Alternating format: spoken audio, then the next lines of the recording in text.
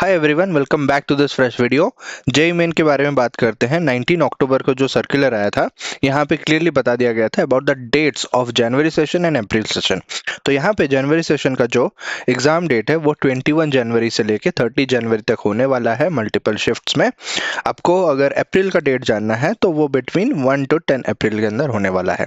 तो अभी आज का जो डेट है 28 दिसंबर, अगर आप देख रहे हैं 1 जनवरी को भी देख रहे हैं, मोटा मोटी आपके पास 20 दिन का टाइम बचा हुआ है। इन 20 दिनों में कैसे आप अच्छे से प्रिपेयर करेंगे वो है आज का हमारा गोल। यहाँ पे अगर जेई मेन के वेबसाइट में आप जाके देखोगे, कोई ऐसा अपडेट्स नहीं आया है। करेक्शन विंडो बस ओपन हुआ था दिसंबर के महीने में, उसके बाद और कुछ भी अपडेट नहीं है। तो लास्ट 20 डेज का जो स्ट्रैटेजी होगा, उस स्ट्रैटेजी को आज हम अच्छे से समझने वाले हैं, जो कि आपके लिए फायदेमंद रहेगा। सबसे पहले ये पूरे स्ट्रेटजी को मैं 3 फेज के अप्रोच में बताने वाला हूँ। 3 फेज होने वाला है, ताकि अगर आप तैयारी शुरू कर रहे हो, ऑलरेडी काफी कुछ कर चुके हो या नहीं किए हो, तब भी आपको ये जो 3 फेज अप्रोच है वो पसंद आएगा। जो 3 फेज का अप्रोच है, that is going to be, सबसे पहले पहला जो फेज है दैट इज डैमेज कंट्रोल, और दूसरा है रैंक बिल्डर, और तीसरा है फाइनल पॉलिशिंग। तो पहला जो है दैट इज डे 1 से 6 तक डैमेज कंट्रोल का जो स्ट्रैटेजी वो मैं बताऊंगा। फिर उसके बाद रहेगा रैंक बिल्डर, जो कि रैंक बनाने में आपको हेल्प करेगा। और फाइनल जो रहेगा that is your final polishing. Day 15 से लेके डे 20 तक ये स्ट्रैटेजी होने वाला है। तो बात करते हैं आगे। डेली फिक्स्ड रूटीन, आगे बढ़ने से पहले बात कर लेते हैं कि डेली का एक फिक्स रूटीन होना चाहिए आपका। उस रूटीन में ये सारे 20 दिन के लिए ये रूटीन आप फॉलो करोगे। देखो, किसी और का रूटीन ऐसे ब्लाइंडली फॉलो मत करो, आप अपना रूटीन बनाओ। मैं तो रेकमेंड करूंगा आप खुद का अपना रूटीन बनाओ, लेकिन फिर भी अगर आप चाहते हो कि एक स्टैंडर्ड रूटीन मिल जाए तो बहुत अच्छी बात होगी। तो उसके लिए आप सब्सक्राइब कर लो। बहुत लोग वीडियोस देखते हैं, सब्सक्राइब नहीं करते, तो चैनल को सब्सक्राइब कर लो। Regular JEE updates, engineering college updates, branch comparison, cut off, कौन से कॉलेज का कितना प्लेसमेंट हो रहा है, इन सभी के बारे में अगर जानना है तो डेली फिक्स रूटीन के लिए मैं आपको बताना चाहूंगा, यहाँ पे एक स्टैंडर्ड रूटीन है। अगर आप चाहो तो इसको फॉलो करो, लेकिन खुद का रूटीन बनाओ, मैं बार बार बोलूंगा। टाइम स्लॉट की बात करें तो यहाँ पे 3 अपना भी ऐसे रूटीन बना लो, 3 कॉलम्स बना के। Time slot, activity, measurement. Time slot में देखो, यहाँ पे सुबह 7 बजे से लेके 9 बजे तक का यहाँ पे रूटीन बताया जा रहा है, जहाँ पे रिवाइज वीक चैप्टर्स, मिनिमम 30 से ज्यादा फॉर्मूला आप रिवाइज करोगे। और 9:30 से 12:30 एक फुल सिलेबस का पीवाईक्यू सॉल्व करोगे। आराम से 90 प्लस क्वेश्चन आप वहां पे अच्छे से कर रहोगे, जैसे आपको समझ आ रहा होगा, सब कुछ वहां पे कर रहोगे। 2 से 5 बजे तक आप एक मॉक टेस्ट दे सकते हो। फिर वहां पे मेजरमेंट में आप अपना टेस्ट स्कोर लिख सकते हो। क्योंकि अभी टाइम कम है, तो हर रोज मॉक टेस्ट देना एक अच्छा डिसीजन रहेगा। देन 6 से 8 बजे तक आप एनालाइज करोगे मिस्टेक्स को, क्योंकि जो मिस्टेक्स आप कर रहे हो अपने टेस्ट में, वो मिस्टेक्स को एनालाइज करना, उसको सीखना और दोबारा उसको सही से करना, वो एक अच्छा अप्रोच होता है। ऐसे मजे मजे में आप देखो, यहाँ पे 2 घंटे, यहाँ पे 2 घंटे, 4 घंटे हो गए, 3 घंटे, 3 घंटे, 6 घंटे हो गए। 10 घंटे का रूटीन बन गया। बट ऐसा नहीं है कि 8 बजे के बाद आप स्टॉप कर जाओगे। 8 बजे के बाद भी 1-2 घंटे का, एक आधे घंटे का, 1 घंटे का गैप लेके, ब्रेक लेके वापस आप रिवीजन करोगे, या फिर आप अपना क्विक समरी बनाओगे, फॉर्मूला रिवाइज करोगे, जो भी आप कर सकते हो 1 और घंटे। सो 10 से 11 घंटे अगर आप रोज पढ़ते हो अभी के टाइम पे, तो अच्छे से आप ये 20 डेज का स्ट्रेटेजी को अच्छे से फॉलो कर पाओगे। ठीक है। नाउ टॉकिंग अबाउट कि अगर आप लोग को मॉक टेस्ट को कैसे मेजर करना है, उसके लिए एक एक्सेल शीट चाहिए, तो कमेंट, फटाफट कमेंट कर लो मॉक टेस्ट। ये एक्सेल शीट मैं आपको बताऊंगा, जहां पे आप अच्छे से मेजर कर पाओगे ये 20 दिन के अंदर, कि कैसे हम अपने मॉक टेस्ट को मेजर करेंगे और प्रोग्रेस ट्रैक करेंगे। कौन से प्रीवियस ईयर का मॉक टेस्ट सॉल्व करेंगे, कैसे करेंगे, किस तरीके से करेंगे, वो आप कमेंट कर दो। मॉक टेस्ट डेफिनेटली आपके लिए बना दूंगा। तो ये जो 3 फेज का अप्रोच था, बात करते हैं डैमेज कंट्रोल डे 1 से 6। So phase 1 damage control day 1 से 6। Remove weak topics and silly mistakes. जो टॉपिक आपका वीक है, बहुत वीक है, आप बिल्कुल पढ़े नहीं हो, उसको हटा दो। या फिर अगर वो वीक है लेकिन एग्जाम के लिए इंपॉर्टेंट है, तो उसको पढ़ो। और सिली मिस्टेक्स के लिए मैं आपको बताना चाहूंगा कि आप सिली मिस्टेक्स भी कमेंट कर सकते हो, बट हाँ, इसके लिए तो मैंने ऑलरेडी बना रखा है स्ट्रेटेजी। तो सिली मिस्टेक्स, हर सब्जेक्ट का कुछ कुछ एक सिली मिस्टेक वाला पॉइंट होता है, जिसको आप मिस कर देते हो सॉल्व करने में, कैलकुलेट करने में। वो सिली मिस्टेक्स के सारे टॉपिक्स मैं आपको बता दूंगा कैसे अवॉइड करने हैं। तो बात करते हैं डेली का टारगेट क्या होना चाहिए। फेज 1 में डेली का टारगेट ये होगा कि आप ऐसे एक कॉलम बनाओ जहाँ पे सब्जेक्ट, टॉपिक और टास्क, सब्जेक्ट वाइज जैसे फिजिक्स का कौन सा टॉपिक पढ़ रहे हो, क्या आपका टास्क है, 120 प्रीवियस ईयर क्वेश्चन सॉल्व करने हैं। केमिस्ट्री का टॉपिक, आपको कौन सा टॉपिक आप पढ़ रहे हो, 100 प्रीवियस ईयर क्वेश्चन करने हैं। मैथ का टॉपिक क्या है, 100। ये एग्जाम्पल के लिए मैं बता रहा हूँ, इससे ज्यादा कम हो सकता है आपके फिजिबिलिटी फ्लेक्सिबिलिटी के अकॉर्डिंग, बट मिनिमम इतना तो होना चाहिए। Okay. KPI, what is KPI? की परफॉर्मेंस इंडिकेटर्स। जो भी आप प्रिपरेशन कर रहे हो ना, हर प्रिपरेशन स्ट्रेटेजी का अपना अपना केपीआई होता है, की परफॉर्मेंस इंडिकेटर्स होता है। कैसे आप पता करोगे कि आप आगे बढ़ रहे हो या फिर सेम जगह पे लटके हुए हो या पीछे जा रहे हो। So it is all about measurement. Anything that is not measured can not be improved. ये चीज आप याद रख लो। किसी भी चीज को अगर आप मेजर नहीं कर सकते तो उसको इम्प्रूव नहीं कर पाओगे। सॉरी। तो यहाँ पे KPI फॉर फेज 1, यहाँ पे पैरामीटर्स की बात करें तो सबसे पहले एक्यूरेसी रहेगा, एवरेज मॉक स्कोर और silly mistakes.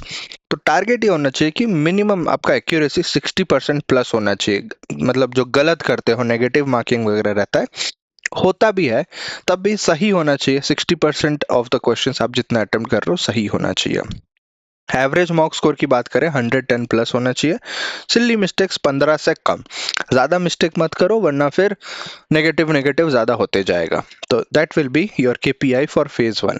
Talking about phase 2, rank builder, जहां पे 7 to 14 डेज ये जो टाइम पीरियड रहेगा, पहले एक हफ्ता फिर उसके बाद दूसरा हफ्ता, 3 हफ्ता टाइम बचा हुआ है।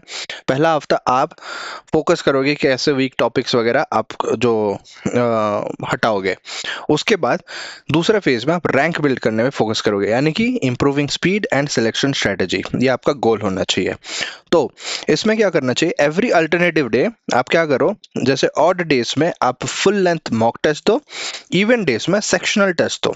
दिन में 3 सेक्शनल टेस्ट 1-1 घंटे के दे सकते हो। फिजिक्स के, मैथमेटिक्स के, केमिस्ट्री के। किसी एक टॉपिक को उठाओ और वहां पे 1 घंटे का टेस्ट दे दो, या फिर सब्जेक्ट को उठा के 1 घंटे का टेस्ट दे दो, मिक्स सारे।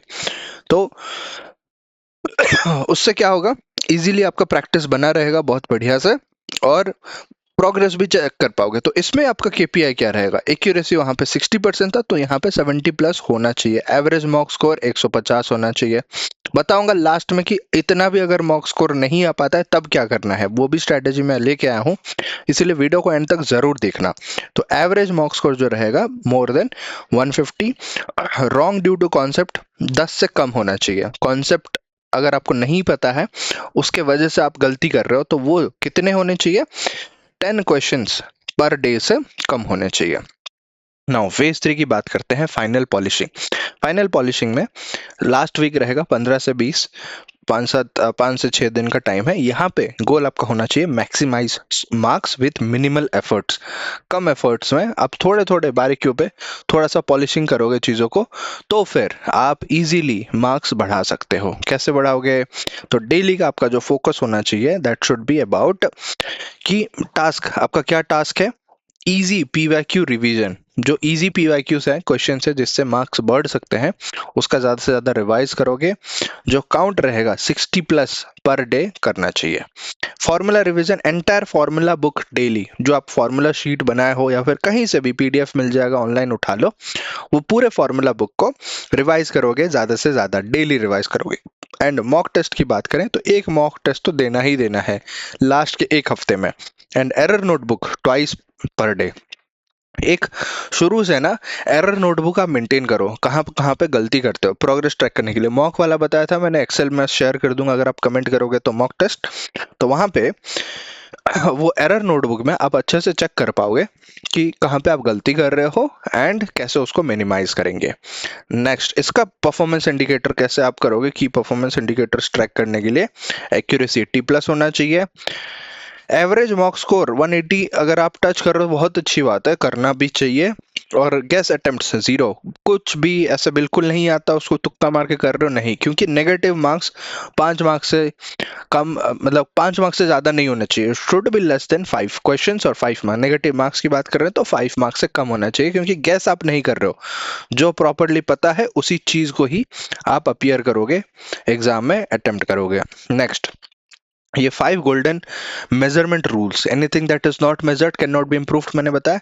तो ये कुछ ऐसे 5 गोल्डन रूल्स हैं जिसको आप फॉलो करोगे तो इजीली आप बेहतर कर सकते हो, क्योंकि मैंने बताया ना कि मिनिमल एफर्ट्स में ज्यादा आउटपुट कैसे निकालना है। तो rule number 1 is no question without analysis. Analysis बिना किए कुछ भी, उसको बिना पढ़े कोई टॉपिक ना रिकॉल करके आप नहीं करोगे अटेम्प्ट। तो चेक मार्क ऐसे बता देना, टिक।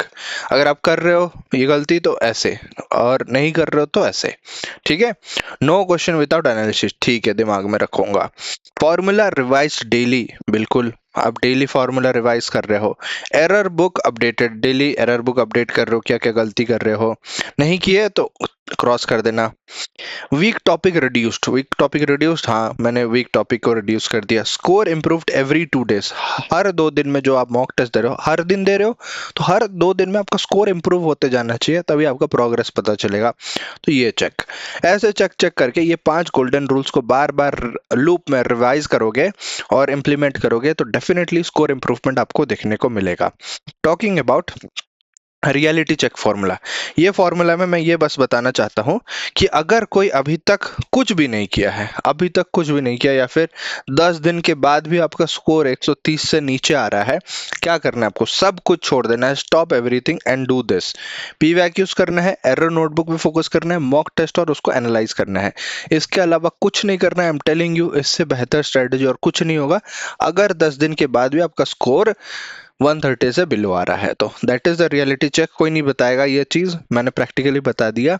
अगर आपको और मेजरमेंट करने में कुछ इशू आ रहा है अबाउट द टेस्ट स्कोर, कैसे एनालाइज करेंगे, कैसे प्रोग्रेस ट्रैक करेंगे, बता देना, मैं एक्सेल शीट शेयर करूंगा।